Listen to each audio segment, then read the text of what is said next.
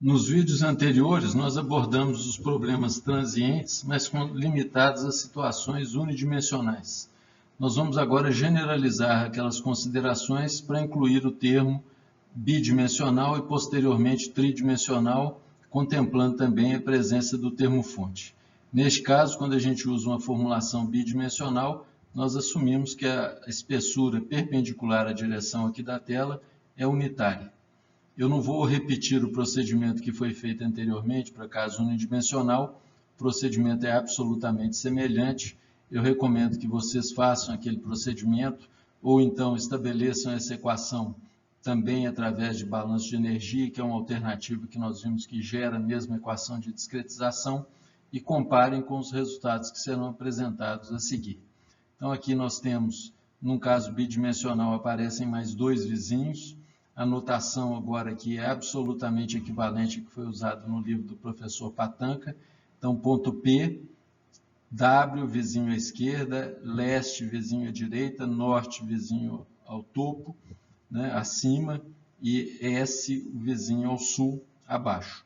Então, as definições dos deltas, agora delta Y, os del X, delta Y é a dimensão do volume de controle na direção Y, delta X, dimensão na direção X, e os respectivos valores das distâncias entre os pontos nodais, del Y e del X, os índices correspondem às faces que nós estamos considerando. Então, W minúsculo, N minúsculo, E minúsculo e S minúsculo, todos eles denotando as faces que vão delimitar o volume de controle.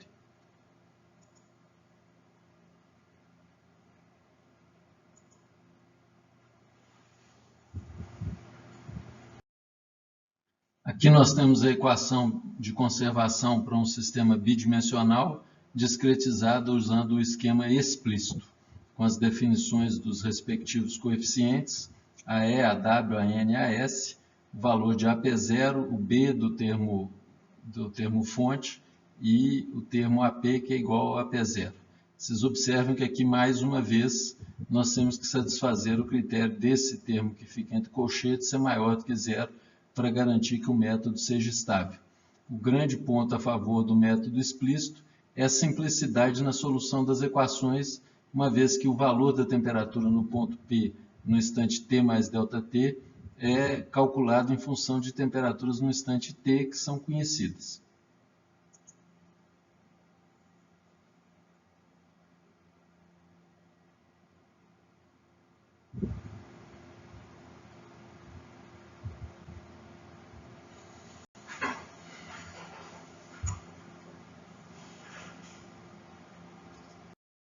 Utilizando então um procedimento semelhante ao que foi feito antes, temos aqui a versão da equação bidimensional discretizada usando o esquema implícito. Nós temos a equação de conservação, as definições dos diferentes valores de AE até AS, agora entram componentes associadas às dimensões e às distâncias, a definição do AP0, do termo B com a parte constante do termo fonte e do AP. Vocês notem mais uma vez que se considerarmos, na hora de linearizar o termo fonte, usarmos SP negativo, nós garantimos mais uma vez que todos os coeficientes serão positivos.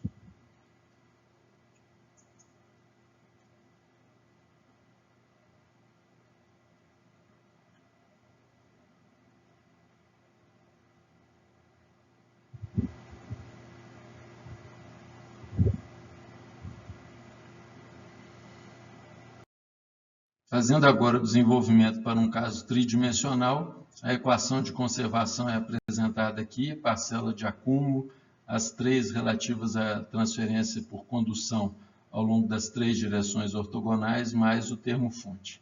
Eu lembro mais uma vez que esses exemplos estão sendo desenvolvidos considerando a temperatura, mas seria abordagem absolutamente equivalente se estivéssemos tratando, por exemplo, com parcela de concentração, desde que estivéssemos considerando apenas as parcelas de acúmulo e transporte por difusão. Então, eu elaborei o desenho com um pouco menos de congestionamento de linhas para facilitar o entendimento, mas aqui, novamente, numa discretização tridimensional, vão aparecer mais dois vizinhos. Então, nós temos oeste, leste, sul e norte, topo e a parte de baixo. Então, nós temos 6 elementos de volume vizinhos, ou 6 volumes de controle vizinhos, com seus respectivos pontos nodais, e designando agora 6 faces que delimitam o elemento de volume, utilizando letras minúsculas correspondentes à designação dos nós ou dos pontos nodais que o estão envolvendo. Então, mais uma vez, a gente pode desenvolver um procedimento de discretização ou usando aquela abordagem de integração, ou através de balanço de energia para esse elemento de volume e gerar a equação discretizada.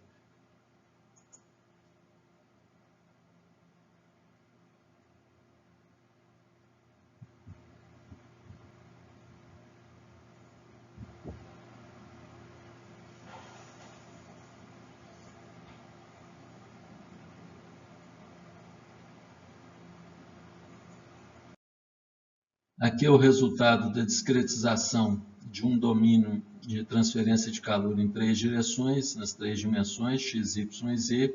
Aqui a equação discretizada usando o método explícito. Mais uma vez, temos a equação para cálculo da temperatura no ponto P, em função dos seus 6 vizinhos geométricos e do vizinho no tempo, que é ele próprio no instante de tempo t. Então, as definições dos diferentes coeficientes. E, mais uma vez, observamos que no método explícito, esse termo aqui em colchete, ele tem um risco de ser um valor negativo, e aí, para evitar isso, nós temos que ter cuidado na especificação dos valores de ΔT, ΔX, ΔY e ΔZ, de tal forma a garantir que isso aqui seja sempre um valor positivo. Uma maneira cômoda de examinar isso é implementar o cálculo do valor de ΔT máximo que podemos utilizar em cada simulação e imprimir este valor na hora que o programa ou na hora que a simulação começa a se desenvolver, para que possamos escolher esse valor de ΔT sempre de modo a garantir que esse critério vai ser satisfeito. E aqui, finalmente, a discretização da equação em 3 dimensões usando o método implícito. Definição também de todos os coeficientes. Nesse caso aqui, não há risco de algum desses coeficientes se tornar negativo. Como já vimos, o método implícito ele é sempre estável. Então, não precisa ter nenhum cuidado em relação aos ΔTs e ΔX, ou ΔY e ΔZ. A única questão a ser examinada é fazermos o estudo de independência da malha e independência do salto de tempo para garantirmos que a solução está adequada. Mas o método vai ser incondicionalmente estável.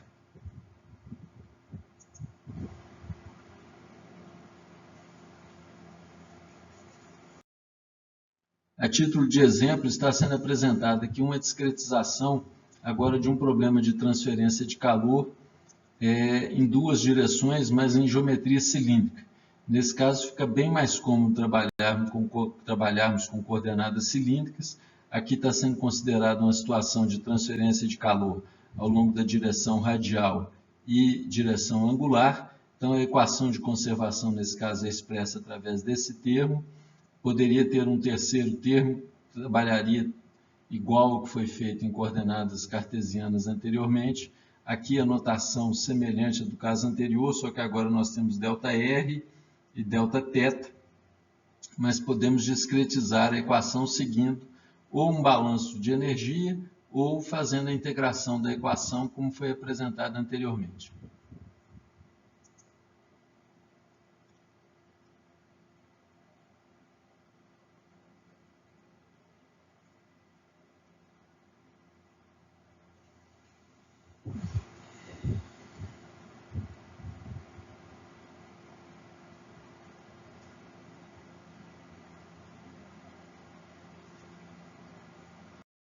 A equação discretizada vai ser apresentada aqui apenas para o esquema implícito. Aqui nós temos a equação de conservação, as definições dos diferentes coeficientes, inclusive o AP0 e o AP, né? Definição do volume, do volume de controle. E, mais uma vez, a gente comprova que o método implícito ele é incondicionalmente estável. Não há risco de nenhum desses coeficientes ser negativo, desde que nós façamos a linearização do termo fonte de modo adequado.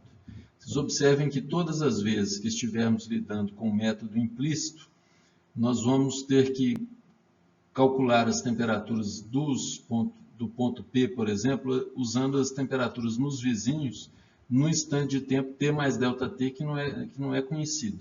Então, invariavelmente, nós vamos cair numa situação de termos que resolver sistemas de equações e teremos que implementar um método iterativo, porque usualmente esses coeficientes vão depender da temperatura também, essas temperaturas todas não são conhecidas, então nós vamos ter que desenvolver um processo iterativo que vai implicar entre cada salto de tempo, nós fazermos uma verificação de convergência nele.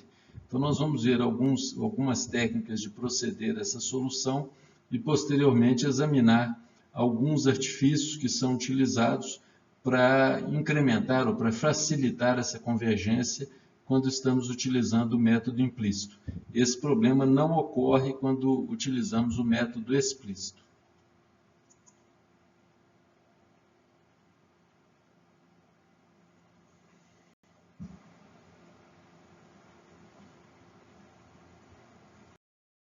Então, uma das maneiras de resolver o nosso sistema de equações todos discretizado pelo método implícito, ela vai ser escrita dessa forma, onde temos a temperatura no ponto P em função do somatório das contribuições dos termos vizinhos, mais o termo B.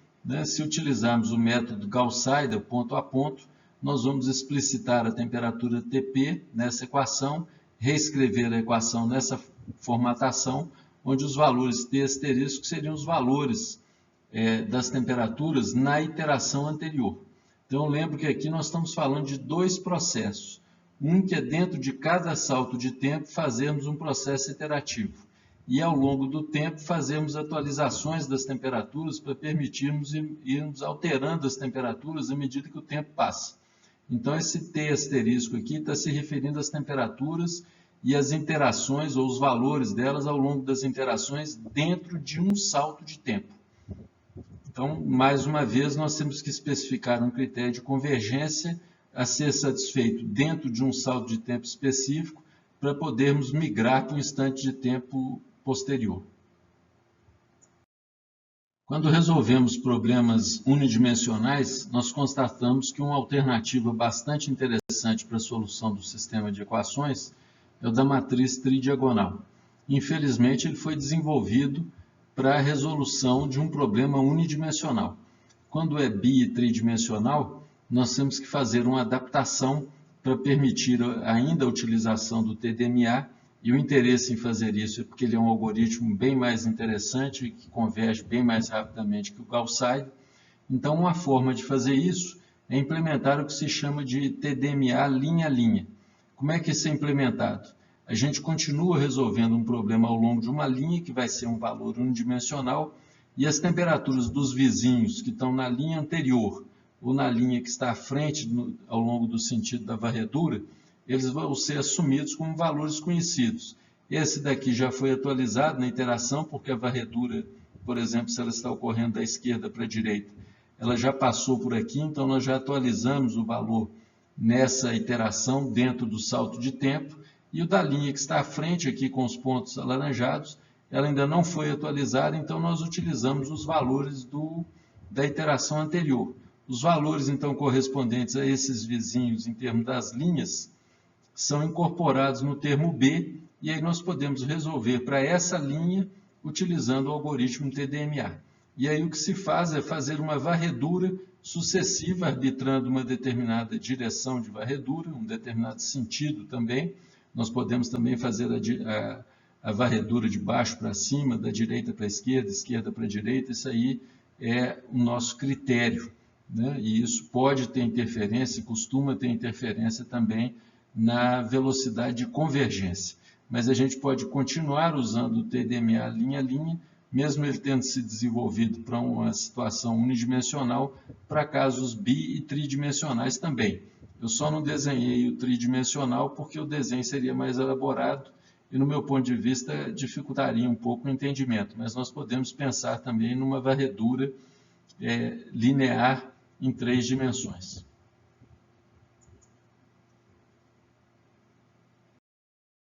Aqui mostra um caso de implementação do TDMA linha a linha. Neste caso, a varredura está sendo feita da esquerda para a direita. Um critério que normalmente é sugerido na literatura para indicação do sentido da varredura é, por exemplo, quando nós conhecemos temperaturas, como esses casos aqui, né, as condições de contorno são especificações de temperaturas nessa superfície, e essa daqui é uma superfície adiabática. Uma superfície adiabática ela não fornece de imediato informações sobre temperatura. Então, nesse caso, é mais interessante proceder à varredura dessa forma. Não que o resultado final vai ser alterado, mas simplesmente porque isso vai propiciar uma convergência mais rápida.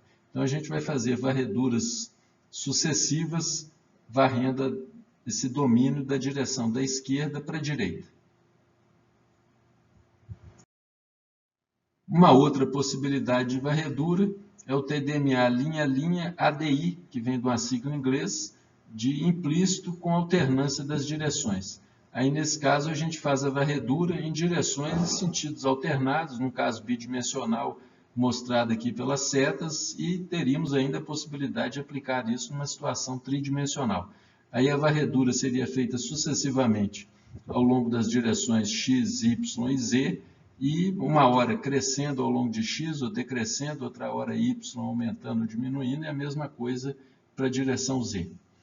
Um outro aspecto importante relativo à convergência e solução das equações vai ser abordado no último vídeo relativo a essa etapa aqui do curso, e vai tratar de um algoritmo matemático que nós podemos implementar para contribuir com a convergência.